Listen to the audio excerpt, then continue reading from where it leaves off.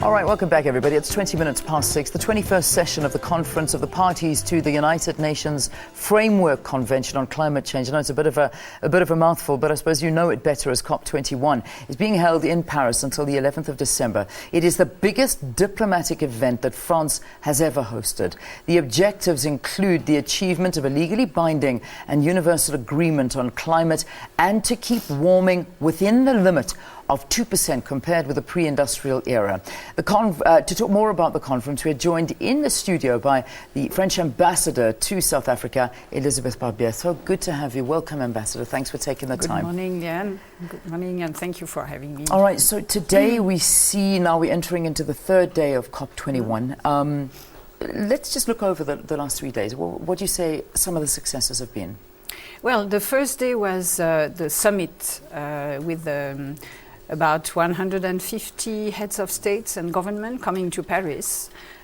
Just for that one day, the idea was to have them give strong instructions to their delegations, their negotiators, to reach an agreement. So they were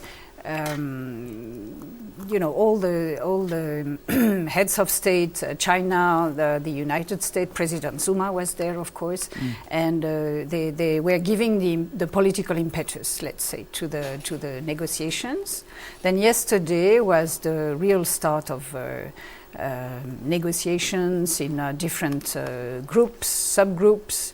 And so for the time being, there is not much coming out of it, in the public, because people are busy negotiating. And towards the end of the week, they should, the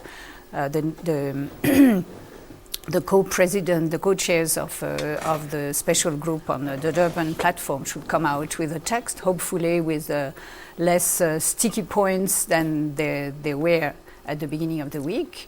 And but in the meantime, while negotiators are busy negotiating, there are lots of events around COP21. Yesterday there was a big meeting focused on climate change and Africa, the African solutions. It was chaired by President Hollande. He was together with, I think, a dozen of African heads of states, and also with the chair of the African Union Commission, Mrs.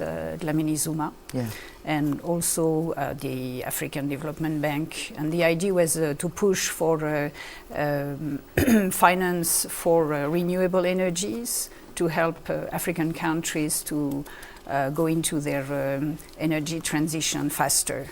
And I mean, we heard our president take to the podium and talk about the fact that we do need the more developed countries to push forward and finance a lot of this. How was that taken? What was the reaction to some of the statements taken from our president? I think there is a consensus that a good agreement at the end of this COP21 needs to find solutions for finance to help the South, let's say, to reach both their development goals, but also with less fossil fuels dependence. And that's really something for which finance and technology transfers are very important. And those will come from the more developed countries who have a responsibility, let's say, an historical responsibility in the global warming of the planet, going back to the beginning of the industrial era. Now, I mean, the big things that are wanted out of this, and I mean, particularly from the EU's perspective, limit global warming to an average increase of 2%. I know that's the big thing. Get a commitment to reduce greenhouse gases by at least 60% by 2050 compared to 2010, and decarbonization of the world economy by the end of the century. These are ambitious tasks, but I mean, is there a sense of optimism? Because this is the most important conference that's been held so far. I think there is the global feeling that it is doable, that it is achievable, but at the same time, nobody wants to be over optimistic or naive. So everybody knows that there are red lines for every country, and that they will have to make a compromise at some point.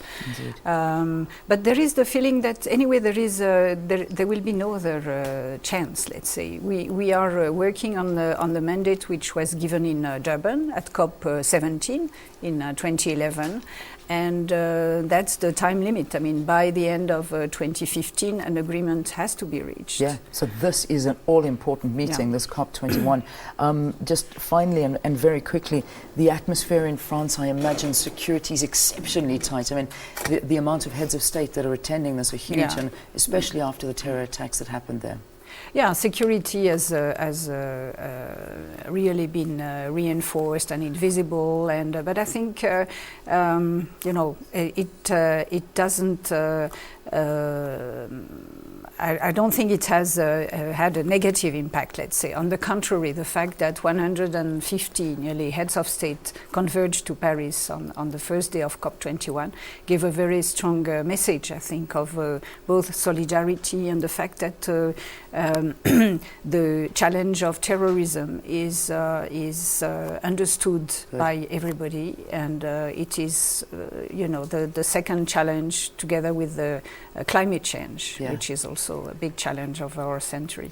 Thank you for talking to us. No doubt we'll have you back in studio again just to talk a little bit more, because COP21 is still going on until the 11th of December. It's just basically started. So here in studio with us was the French ambassador to South Africa, Elisabeth Barbier. Thank you again for your time and for being with us here on the program. Thank you. Thank All you right, very much. Valen, it's over to you for some sports news.